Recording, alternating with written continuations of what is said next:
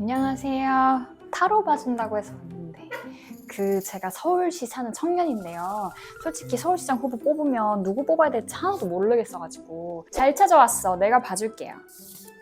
이게 좋다. 정원호 후보 카드 한번 볼게요. 정원호 후보는 여황제에 나왔어요. 남성인데 나도 알지. 말이 그렇다는 거예요. 이 타로 카드에서 여황제는 뭐냐면 땅에서 직접 키우는 사람이에요. 씨앗을 심고 물을 주고 자라나는 걸 지켜보는 사람. 이 정원호 후보가 딱 그렇거든요. 성동구 땅에서 직접 심었던 거. 젠트리피케이션 방지하겠다, 소상공인 보호하겠다, 안심주거 하겠다 이런 정책들 있죠. 이제 이거를 서울시 전체 밭으로 가져오겠다고 하네. 아, 성동구랑 서울이 비슷한가? 구청장이 이제 현장을 생길 수 있는 스케일이랑 이 25개 자치구를 움직이는 스케일이랑은 아무래도 좀 차이가 있으니까 이제 그게 관건이겠지. 일단 주거부터 보자. 주거는 대학 다니고 있으면 상생학사 볼만 하겠네.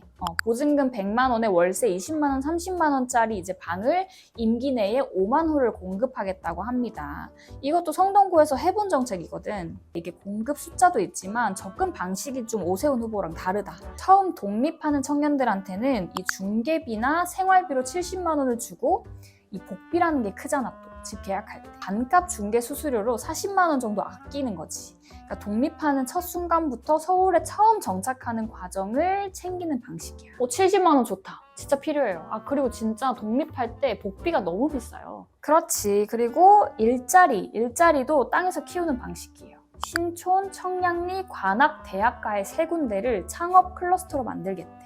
여기서 창업하면 1인당 최대 6천만 원에 월 100만 원의 수당을 12개월 동안 준다고 하네. 또 지하상가에 공유 오피스 만들어서 공간 부담 있는 창업자들도 지원하고. 창업 생각이 없다고? 창업 생각 없으면 면접비 지원도 있어. 출퇴근은요? 저 집에서 왔다 갔다 할 때 2시간 반 걸리거든요. 지금 보려고 하잖아요, 내가. 정원호 후보 핵심 공약 중에 30분 통근 도시가 있어. 재택, 원격 근무, 유연 근무 같은 거를 기업들이 더 많이 도입하게 하자는 거지. 근데 회사가 안 따라오면 말짱 도루묵 아니에요? 아무래도 그게 중요하겠죠. 강제가 아니라 인센티브니까. 그래도 취준생, 창업자, 직장인 다 고루 준비하기는 했다. 그래서 제 상황에 맞는 건 뭐가 있냐고요. 지금 처음 독립 준비하고 있으면은 정착 지원 정책 먼저 보고, 창업 생각 있으면 대학가 클러스터 확인하고, 직장인이면 회사가 유연근무 인증 받을 수 있는지 챙겨봐요. 어머, 교황카드가 나왔네? 뭔 말이래? 교황카드가 뭐냐면, 교황은 자기가 세운 체계를 믿는 사람이에요. 직접 만든 제도가 있고 그걸 통해서 사람들을 이끄는 사람인 거지. 오세훈 후보가 딱 그래요. 디딤돌 소득, 청년수당, 서울론 우리 이런 거 다 알고 있잖아. 본인이 직접 만든 정책들을 다시 한번 2.0으로 업그레이드 하겠다네. 새로운 걸 만드는 게 아니라 전파하려는 거지. 업그레이드 할 만큼 전에 만든 게 좋나요? 좋은 질문이다. 근데 그거는 직접 생각해보면 좋겠어. 나는 솔직히 답을 드리지는 않거든. 자, 주거를 볼게요. 이 교황답게 체계가 촘촘해요. 공공주택을 13만 호 공급한대. 대학 신입생들은 새싹 원룸이라고 해서 1만 실 주고, 소년생들은 디딤돌 청년주택이나 코리빙 하우스를 만들겠대. 그리고 신혼부부나 출산 준비하는 사람들은 미리 내 집 4,000호로 촘촘하게 챙긴다고 하네. 그것도 언제 만든대? 어쩌라고 싶지. 지금 당장 월세나 보증금이 너무 걱정이니까는. 그래서 월세나 보증금은 현금 지원을 할 거야. 42,000명한테 최대 12개월 정도 한다고 나오거든. 이미 14만 명이 받고 있는 정책이야. 대박. 제 생각 어떻게 하셨어요? 진짜 용하시다. 척하면 척이지. 근데 일단은 취업부터 해야죠. 월세도 내고 하는데 취업도 못하고 있는데 지금. 그거는 인턴십으로 1경험부터 쌓으래. 서울 영커리언스 대학생 인턴십 1만 개를 미리 깔아준다고 하거든. 취업 전에 먼저 경험을 쌓는 구조. 교황이 빨리 취업을 도와주는 방식이야. 이미 76%가 취업하고 있대. 숫자로 좀 증명하려는 스타일이네. 교통비는요? 저 진짜 숨 쉴 때마다 돈 나가거든요. 서울시에 밤늦게 일하는 심야 근로자가 20만 명이나 된다고 하거든. 그래서 올빼미 버스 노선을 확대하고 야간 작업 특수 건강검진 비용도 준대. 요즘 또 워낙 취업하기 힘드니까 다른 것도 생겼다? 프리랜서 플랫폼 노동자들은 아플 때 쉬면은 돈을 벌 수가 없잖아. 그래서 입원 생활비로 생계 부담도 줄여줄 거래. 오! 내 친구 프리랜서인데 알려줘야겠다. 근데 저는 뭘 봐야 돼요? 그래서 취준생이면 일단 인턴십 챙겨봐야 되고, 무주택자면 월세 지원, 임대주택 공급 체크해야겠지. 직장인이면 올빼미 버스 내용 한번 확인을 해보세요. 근데 한강버스는 왜 만든? 김정철 후보는 펜타클 8 나왔어요. 오? 그건 무슨 카드예요? 장인 카드야. 이 두 사람이 큰 그림 얘기할 때 이 사람은 보면은 작업대 앞에서 정밀 가공을 하고 있어. 이 공급 숫자보다 지금 이 시스템이 왜 이렇게 비효율적인지 다 뜯어 고치겠다는 거거든. 기성 정치인들과 연계된 서울시 사업들 다 전수조사하겠다.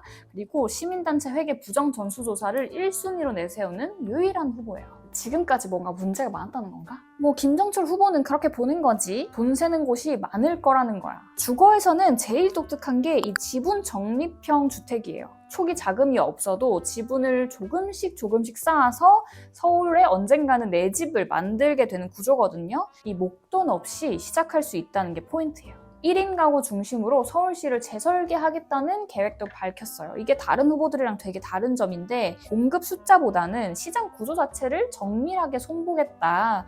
이런 게 김정철 후보의 방식이에요. 그게 뭔 소리래요? 지금 서울시 가구 절반이 1인 가구거든?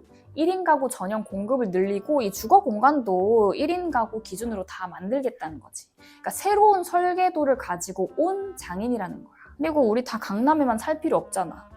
노원 바이오 특구, 도봉 K컬처 특구, 강북 시니어 헬스케어 특구, 용산 화이트존, 뭐 이런 구역마다 산업을 지정해서 민간 투자가 들어오게 만들어서 서울의 소외된 지역들을 키우겠다고 하네. 장인이 지금 지역 하나하나를 다 뜯어고치고 있는 거예요. 나 노원 사는데 그럼 우리 동네 일자리 생기겠다. 그게 이제 포인트인데, 이 산업이 생겨야 일자리가 따라오잖아요. 근데 산업이 얼마나 빨리 또 얼마나 많이 생길지는 좀 지켜봐야 한다. 개혁신당이 실행력이 있는 정당이라고 하는 이 젊은 정당이니까 또 믿어볼 수도 있겠지. 그래서 저한테 맞는 건 뭐예요? 1인 가구면 지켜볼 정책이 많이 있을 것 같아. 그리고 초기에 목돈이 없는데 내가 서울시에서 내 집 갖고 싶다, 이런 욕망을 가지고 있다면 지분 적립형 주택 먼저 찾아보시면 좋을 것 같아요. 자, 이제 마지막 카드 한번 뽑아볼까? 권영국 후보 카드는, 오, 멋있다. 이거 무슨 카드예요? 자, 3개 카드 나왔어요. 타로 21장 중에 마지막 카드인데, 이 3개 카드는 완성과 전환의 카드예요. 권영국 후보는 지금 이 시스템 자체를 갈아엎겠다는 후보거든요. 가장 눈에 띄는 게 주거, 교통, 의료, 이 3가지를 다 공공이 책임지는 서울을 만들겠다고 합니다.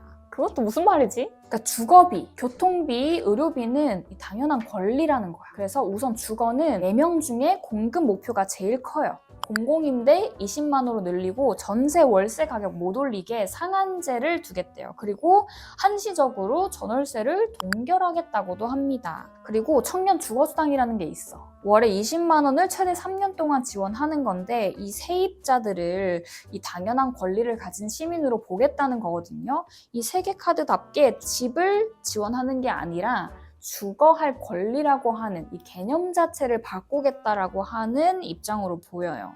후보가 엄청나 보이는데요?